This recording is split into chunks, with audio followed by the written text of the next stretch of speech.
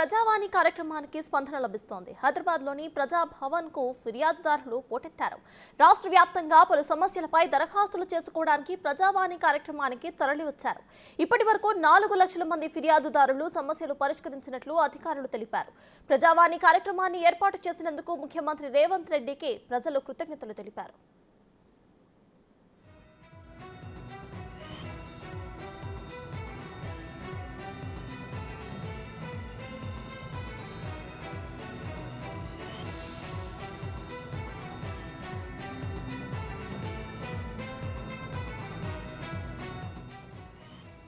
ప్రజావాణి కార్యక్రమానికి స్పందన లభిస్తోంది. హైదరాబాద్లోని ప్రజాభవన్కు ఫిర్యాదుదారులు పోటెత్తారు. రాష్ట్ర వ్యాప్తంగా పలు సమస్యలపై దరఖాస్తు చేసుకోవడానికి ప్రజావాణి కార్యక్రమానికి తరలివచ్చారు. ఇప్పటి వరకు 4 లక్షల మంది ఫిర్యాదుదారులు సమస్యలు పరిష్కరించినట్లు అధికారులు తెలిపారు. ఇక ప్రజావాణి కార్యక్రమాన్ని ఏర్పాటు చేసినందుకు ముఖ్యమంత్రి రేవంత్ రెడ్డికి ప్రజలు కృతజ్ఞతలు తెలిపారు.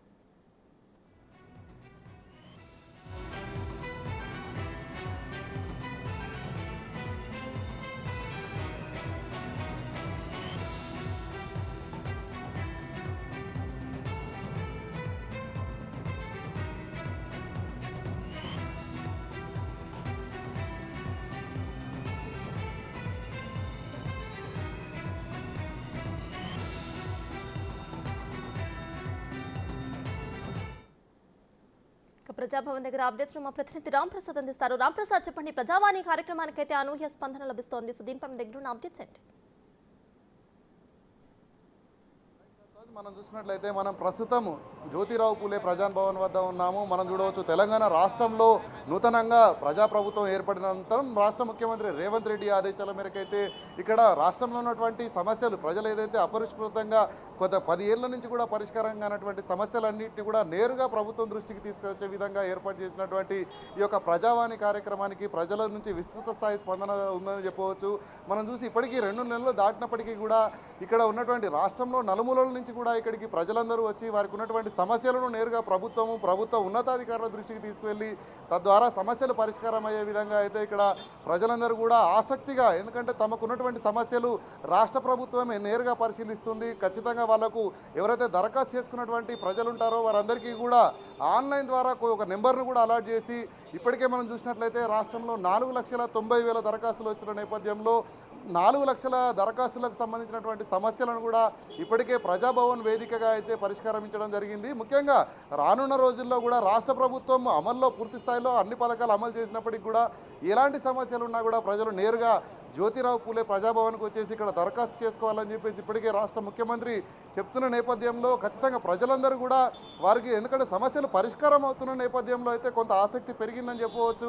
ఎందుకంటే గత ప్రభుత్వాలలో దరఖాస్తులు ఎక్కడ చేసుకోవాలి, ఎవరు పట్టించుకున్నటువంటి పరిస్థితులు లేని నేపథ్యంలో అధికారుల నిర్లక్ష్యం ఒకటి తోడవడం కారణంగా చాలామంది ప్రజలు ఇబ్బందులకు గురయ్యారు. కానీ ప్రస్తుతం ఇక్కడ ఒక ఐఏఎస్ అధికారి నేతృత్వంలో, అదేవిధంగా రాష్ట్ర మంత్రులు, వివిధ శాఖ మంత్రులు కూడా ఇక్కడ వచ్చినటువంటి ప్రజల నుంచి దరఖాస్తులు స్వీకరిస్తున్న నేపథ్యంలో ఖచ్చితంగా వారి సమస్యల పరిష్కార దిశగా అయితే ఇక్కడ ముందడుగు పడుతున్న నేపథ్యంలో ప్రజలందరూ కూడా ఆసక్తిగా దరఖాస్తు చేసుకున్నారు. ఇక్కడ కొంతమంది దరఖాస్తు చేసుకున్నటువంటి లబ్ధిదారు ఎవరైతే ప్రజలు సమస్యల వాళ్ళు ఉన్నారు, ముఖ్యంగా మనం చూసినట్లయితే అన్ని రకాల ప్రజలు, మనం ఈరోజు చూసినట్లయితే ఇక్కడ దివ్యాంగులైనటువంటి వికలాంగులు కూడా వచ్చి దరఖాస్తు చేసుకున్నారు. వారితో మాట్లాడే ప్రయత్నం చేద్దాం.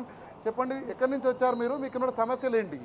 నా పేరు సారా ప్రవీణ్ కుమార్ గౌడ్. నేను national federation of the blind Telangana branch నుంచి రావడం జరిగింది. మేము ఒక 3 సమస్యలపైన ప్రభుత్వాన్ని అడగడానికి వచ్చాము. ఇంతకుముందు కూడా వచ్చాము. అయితే 3 సమస్యలు ఏంటంటే, ఒకటి, వికలాంగులకు బ్యాక్లాగ్ ఉద్యోగాలు ఫిలప్ చేయాలి. గౌరవ ముఖ్యమంత్రి గారు నిన్ననే మంచి ఒక మెగా డిఎస్సిని 11,600 చిల్లర పైచిలకు ఉపాధ్యాయ పోస్టులను ప్రభుత్వం నిన్ననే నోటిఫికేషన్ ద్వారా ఇవ్వడం జరిగింది.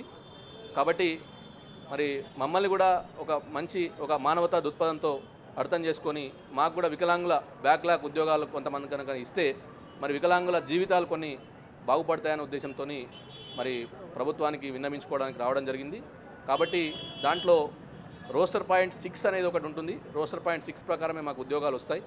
కాబట్టి ఆ ఉద్యోగాలలో కొంత బ్లైండ్ సమాజం, చిన్న సమాజం అని చెప్పి కొంత వేరే కొన్ని ఆర్గనైజేషన్లు కొంత జీఓఎంఎస్ నెంబర్ 10ను కొంత జీఓఎంఎస్ నెంబర్ 10ని కొంత మిస్గైడ్ చేయాలంటే దాన్ని మార్పులు చేర్పులు చేయాలని కొంత కోరడం జరుగుతుంది.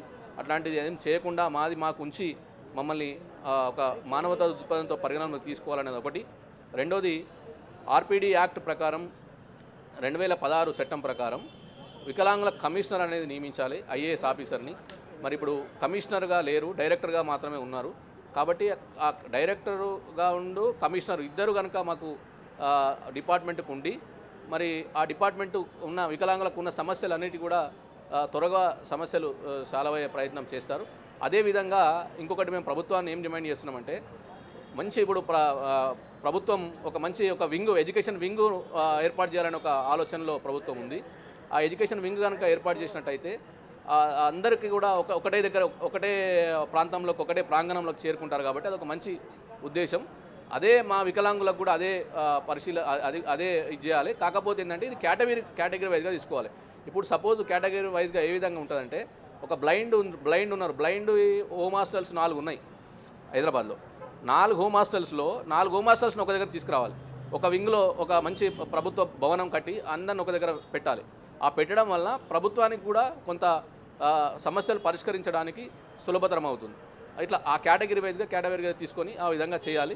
అదేవిధంగా స్కూల్స్ ఉన్నాయి. స్కూల్స్ హైదరాబాద్లో 2, ఒకటి బ్లైండ్ స్కూల్ ఉంది, ఒకటి బాలికల పాఠశాల ఉంది. అవిటిని కూడా కొంత ఇది చేయాలి.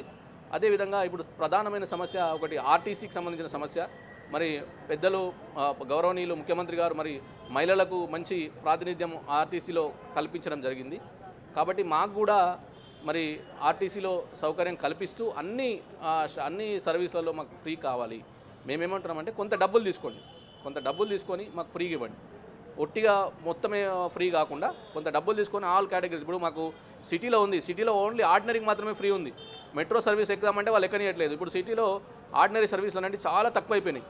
కాబట్టి ప్రభుత్వం ఈ విధంగా చర్య తీసుకోవాలని నేను కోరుకోవడం జరుగుతుంది. రైట్.